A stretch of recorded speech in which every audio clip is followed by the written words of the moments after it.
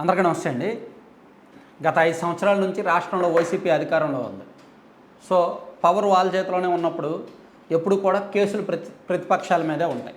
ప్రతిపక్షాల మీదో, ప్రజా సంఘాల మీదో, వామపక్షాల మీదో, కొంతమంది జర్నలిస్టుల మీదో కేసులు విపరీతంగా పెట్టారు.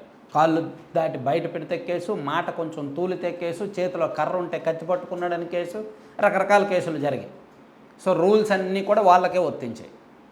ఆ కేసు ఈ కేసు అని తేడా లేకుండా పెట్టారు. సో ఇప్పుడు ఒక 2 నెలల నుంచి కూడా వ్యవస్థలన్నీ ఈసీ కంట్రోల్లోకి వెళ్ళాయి. ఇప్పుడు ఆపద్ధర్మ ప్రభుత్వం నడుస్తోంది. ఎవరికి కూడా ప్రత్యేకంగా కోరలు లేవు. జూన్ 4వ తేదీన రిజల్ట్స్ వచ్చిన తర్వాత కొత్త ప్రభుత్వం ఏర్పడిన తరువాత అప్పుడు మళ్ళీ కోరలు వస్తాయి, మళ్ళీ పవర్ వస్తుంది, కొంత ప్రతిపక్షంగా ఉంటారు. ఇంక మీదట ప్రతిపక్షాలు ఉండవు, బాధిత పక్షమే. మన ఆంధ్రప్రదేశ్ రాజకీయాల్లో ఇక మీదట ప్రతిపక్షం అంటే బాధిత పక్షమే. వాళ్ళని ఏదైనా చేస్తారు అధికారంలో ఉన్నవాళ్ళు, ఎందుకంటే రాజకీయాలు అలా తయారయ్యాయి. అయితే సజ్జల రామకృష్ణారెడ్డి గారు ప్రభుత్వ సలహాదారు, వైసీపీలో కీలకమైన హోదాలో ఉన్నారు. ఆయన చేసిన కామెంట్స్ కారణంగా ఇప్పుడు కేసుల్లో ఇరుక్కున్నారు. ఆయన మీద తాడేపల్లి పోలీస్ స్టేషన్లో క్రిమినల్ కేసులు నమోదయ్యాయి. ఆయన చేసిన వ్యాఖ్యలు, కౌంటింగ్ ఏజెంట్లకు సంబంధించి ఆయన ఏమన్నారు ఒకసారి విందాం. దయచేసి ప్రతిదీ మా టార్గెట్ మనం ఇది దృష్టిలో పెట్టుకుని దానికి తగినట్టు తెలుసుకోండి. అవతల వాడు ఏదన్నా తను అనుకున్నట్టు అడ్డంగా చేయకుండా అడ్డం కొట్టడం నాకు కావాలి, ఏమేమి ఉన్నాయో రూల్ పొజిషన్ దాన్ని చూసుకోవడం. మనది ఒకటి వాడు చల్లనోటుగా ఇచ్చేసే పరిస్థితి రాకుండా అడ్డం పడాలి. ఏమేం చేయొచ్చో దానికి మనకు కావాలి. ఇదే మనకు అంతే తప్ప రూల్ ఎట్లుంది కాబట్టి దాని ప్రకారం మనం పోదాం అనడానికి మనం కూర్చోాలా. సో మనకు అనుకూలంగా అవతల వాడు ఆటలు సాగు ఉన్నారు కదా. రూల్ ఇలా ఉందని మనం కూర్చోవలసిన పని లేదు. దానికి మనం ఏం చేయాలి అది చేయాలి. మన టార్గెట్ సాధించడానికి మనం ఏం చేయాలి అది చేయాలి. మన టార్గెట్ ఏంటి? మన పార్టీ గెలవాలి. మన పార్టీ గెలవడం కోసం రూల్స్ని కూడా పట్టించుకోవద్దు అనే అర్థం వచ్చేలా ఆయన మాట్లాడారు చీఫ్ కౌంటింగ్ ఏజెంట్ల మీటింగ్లో. అంటే కౌంటింగ్ ఏజెంట్లను రెచ్చగొట్టారు, కౌంటింగ్ ఏజెంట్లను గొడవలకు ప్రేరేపించారు, కౌంటింగ్ ఏజెంట్లను మీరు రూల్స్ క్రాస్ చేయండి, రూల్స్ని పట్టించుకోవద్దు అనేలా మాట్లాడారు. అలా ఆయన మాట్లాడిన కారణంగా తెలుగుదేశం పార్టీ నేతలు ప్లస్ ఆయన న్యాయవాది గోడపాటి లక్ష్మీనారాయణ గారు ఇంకొంతమంది వెళ్ళి తాడేపల్లి పోలీస్ స్టేషన్లో నిన్న ఫిర్యాదు చేశారు. ఆ ఫిర్యాదు మీద పోలీసులు కేసు నమోదు చేసి సజ్జల రామకృష్ణారెడ్డి గారి మీద జస్ట్ ఈరోజు ఏమేమి సెక్షన్లు పెట్టారంటే అవి కూడా చూద్దాం.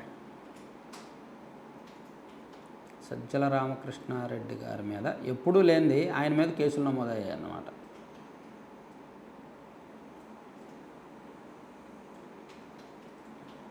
ఐపీసీలోని 153, అలాగే 505,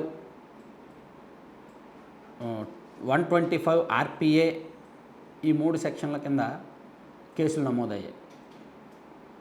వైసీపీ పోలింగ్ ఏజెంట్లను రెచ్చగొట్టే విధంగా సజ్జల వ్యాఖ్యలు చేశారు కాబట్టి ఇది వర్గాలను రెచ్చగొట్టే విధంగా ఉంది అనేటట్టు పెట్టారనమాట.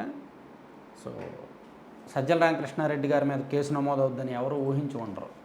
ఎవరిని ఊహించారా? కాకపోతే ఆ వ్యాఖ్యలను ఈసీ కూడా సీరియస్గానే తీసుకుంది. యాక్చువల్లీ కేసు నమోదు అవ్వకముందే దీని మీద ముఖేష్ కుమార్ మీనా గారు ఇండైరెక్ట్గా రెస్పాండ్ అయ్యారు.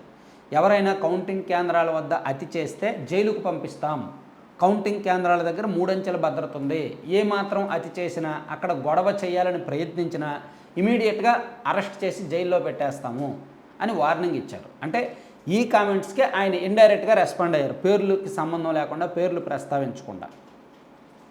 సో దీని మీద టీడీపీ వాళ్ళు ఫిర్యాదు చేయడం, పోలీసులు కూడా యాక్చువల్లీ కేసులు నమోదు చేసేవాళ్ళు కాదు. వైసీపీ అధికారంలో ఉంటే, ఫుల్ పవర్స్లో ఉంటే అసలు ఫిర్యాదే తీసుకోరు. ఇంతకుముందు 2019 నుంచి ఈ మధ్య వరకు ఇటువంటి ఫిర్యాదులు ఏమైనా ఉంటే పోలీసులు తీసుకున్నారా? వైసీపీ నాయకుల మీద ఎవరైనా ఫిర్యాదు చేశారా? చేసినా సరే పోలీసులు తీసుకునేవాళ్ళు కాదు. కానీ ఇప్పుడు ఈసీ కంట్రోల్లో ఉంది కాబట్టి పోలీసులు కూడా ఫిర్యాదులు తీసుకోవాలి, యాజ్ పర్ నామ్స్ వెళ్ళాలి. కాబట్టి టీడీపీ నాయకులు ఇచ్చిన ఫిర్యాదును తీసుకున్నారు, దాని మీద కేసు రిజిస్టర్ చేశారు, కేసు ఫైల్ చేశారు. సో ఇప్పుడు సజ్జల రామకృష్ణారెడ్డి గారు విచారణ ఎదుర్కోవాల్సిందే. ఖచ్చితంగా దాని మీద నోటీసులు ఇస్తారు, సిఆర్పిసి 41 నోటీసులు ఇస్తారు, దాని మీద సజ్జల గారు రిప్లై ఇస్తారు. సో ఇవేం పెద్ద కేసులు కాదులే, నాన్ బెయిలబుల్ అయితే కాదులే, బెయిలబుల్ కేసులే. కానీ కేసు నమోదు చేయడమే ఇక్కడ అంశం.